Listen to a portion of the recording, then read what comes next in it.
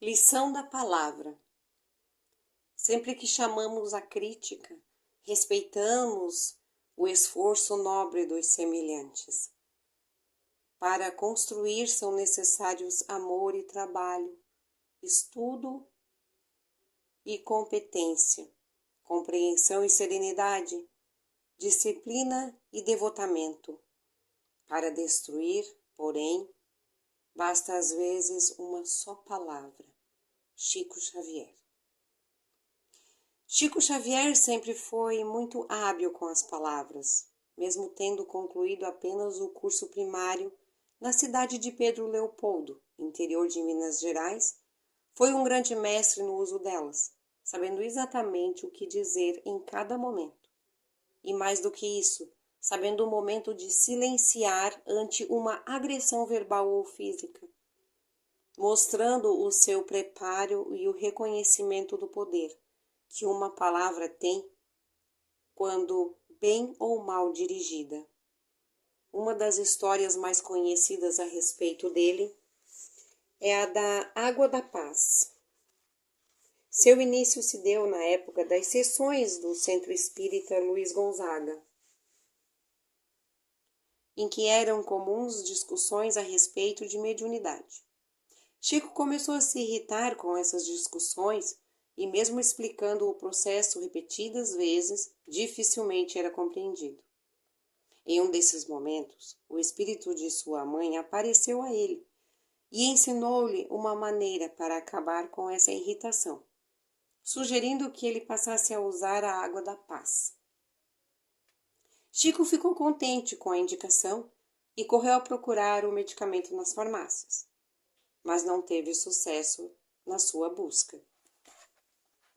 2 semanas depois, contou à mãe que não estava encontrando a água da paz, ao que ela lhe disse que ele não precisaria viajar para procurar e que seria possível conseguir o remédio dentro de casa. Quando alguém lhe provocar irritações, pegue um copo de água do pote, beba um pouco e conserve o resto na boca. Não jogue fora, nem engula. Enquanto durar a tentação de responder, deixe-a banhando a língua. Esta é a água da paz. Chico retransmitiu esse conselho durante toda a sua existência, mostrando o poder da palavra e aconselhando que no momento em que não tivermos equilíbrio suficiente para usar as melhores palavras, devíamos simplesmente silenciar e aguardar que a irritação passasse, evitando assim discussões acalorosas, que em geral não levam a nada de bom. Graças a Deus, não me lembro de ter revidado a menor ofensa das inúmeras que sofri, certamente objetivado todas elas o meu aprendizado, e não me recordo de que tenha conscientemente magoado a quem quer que fosse, dizia Chico, que reforçava a afirmação com o ensinamento dado por Emmanuel. Chico, quando você não tiver uma palavra que auxilie, procure não falar nada.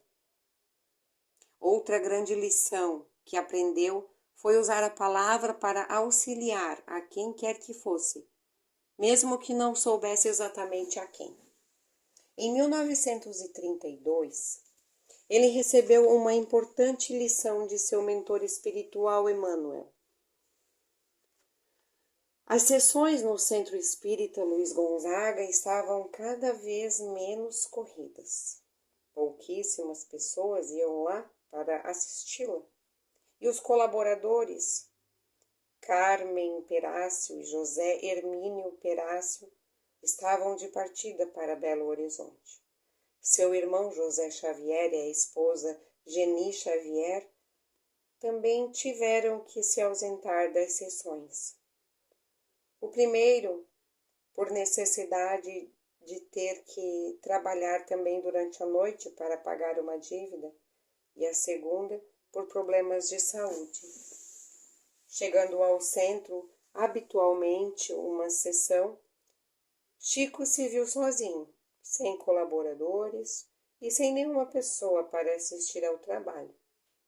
Olhando a cena, achou melhor não realizar o trabalho, já que na sua cabeça não havia sentido falar para as paredes. Porém, no momento em que ele deixava a pequena sala do Centro Espírita Luiz Gonzaga, ele escutou a voz de Emmanuel, que lhe disse que não deveria ir embora. Chico argumentou que não havia frequentadores. E nós? Não precisamos ouvir o Evangelho? Foi a pergunta que ouviu de Emmanuel, e para a qual não tinha como argumentar. Com essa orientação, Chico abriu os trabalhos normalmente e durante 2 horas falou sobre temas do Evangelho. Quem passasse na rua e olhasse para o interior do centro tinha a clara sensação de que ele estava louco, pois falava entusiasmadamente para as cadeiras vazias que ali se encontravam. Pouco a pouco foi desenvolvendo sua capacidade de ver os espíritos com mais facilidade, e assim pôde visualizar dezenas deles que ali estavam para assistir à pregação do médium. Chico trouxe a palavra a uma nova dimensão, a do consolo. Era isso o que a maioria das pessoas procuravam quando ia até Uberaba visitá-lo. Ele afirmava que devemos falar para esclarecer, mas principalmente para consolar, pois a dor e o sofrimento esperam consolo em toda parte. Visitando presos constantemente para levar-lhe palavras de consolo, jamais pregou sobre o espiritismo. Muito pelo contrário, sempre dizia que não achava correto se aproveitar da situação de desespero daquelas pessoas para convertê-las ao espiritismo, julgando que o seu papel era somente o de levar consolo por meio das palavras. Além disso, sempre dizia que a criatura justa e caridosa não precisa de um rótulo religioso, pois ela já está em afinidade com as leis universais do bem eterno. Nunca quis mudar a religião de ninguém, porque positivamente não acredito que a religião A seja melhor que a religião B. Nas origens de toda religião cristã está o pensamento de nosso Senhor Jesus Cristo. Se Allan Kardec tivesse escrito que fora do Espiritismo não há salvação, eu teria ido por outro caminho. Graças a Deus, ele escreveu fora da caridade, ou seja, fora do amor, não há salvação. Não raro, Chico dizia que estava profundamente triste em ver a situação em que muitos espíritas chegavam ao plano espiritual. Diversos dirigentes chegavam lá em estado totalmente deplorável. Um deles, Manuel Quintão, médium, dirigente e tradutor de obras espíritas do espírito Rochester, narrou a Chico sua dificuldade de conviver no plano espiritual sem o seu cigarro de palha, que era viciado em vida. Outros tantos foram os exemplos, muitos deles piores ainda que os de Quintão. Chico evitou citar os nomes para não colocar familiares de grandes nomes do espiritismo em situação constrangedora. Uma das histórias narradas por Chico sobre a necessidade de os próprios espíritos seguiram os ensinamentos de Kardec foi um relato que chegou ao seu ouvido de uma espírita que vivia em Uberlândia. Pouco após ingressar no espiritismo, o homem rapidamente começou a devorar as obras de Allan Kardec. E mais do que isso, cada vez que tinha um problema, abria o Evangelho segundo o Espiritismo ao acaso e lia a todos o trecho, apontando que ali havia resposta para tudo. Um dia, um raio caiu no sítio, que estava bem ao lado, e matou um gato que ali estava.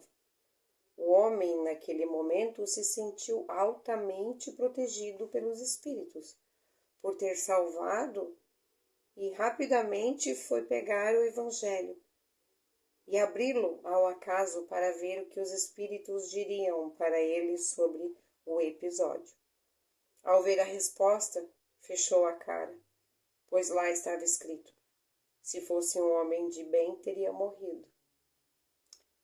Todos caíram na gargalhada quando Chico contava essa história, mas poucos a compreendiam e seguiam a orientação de humildade.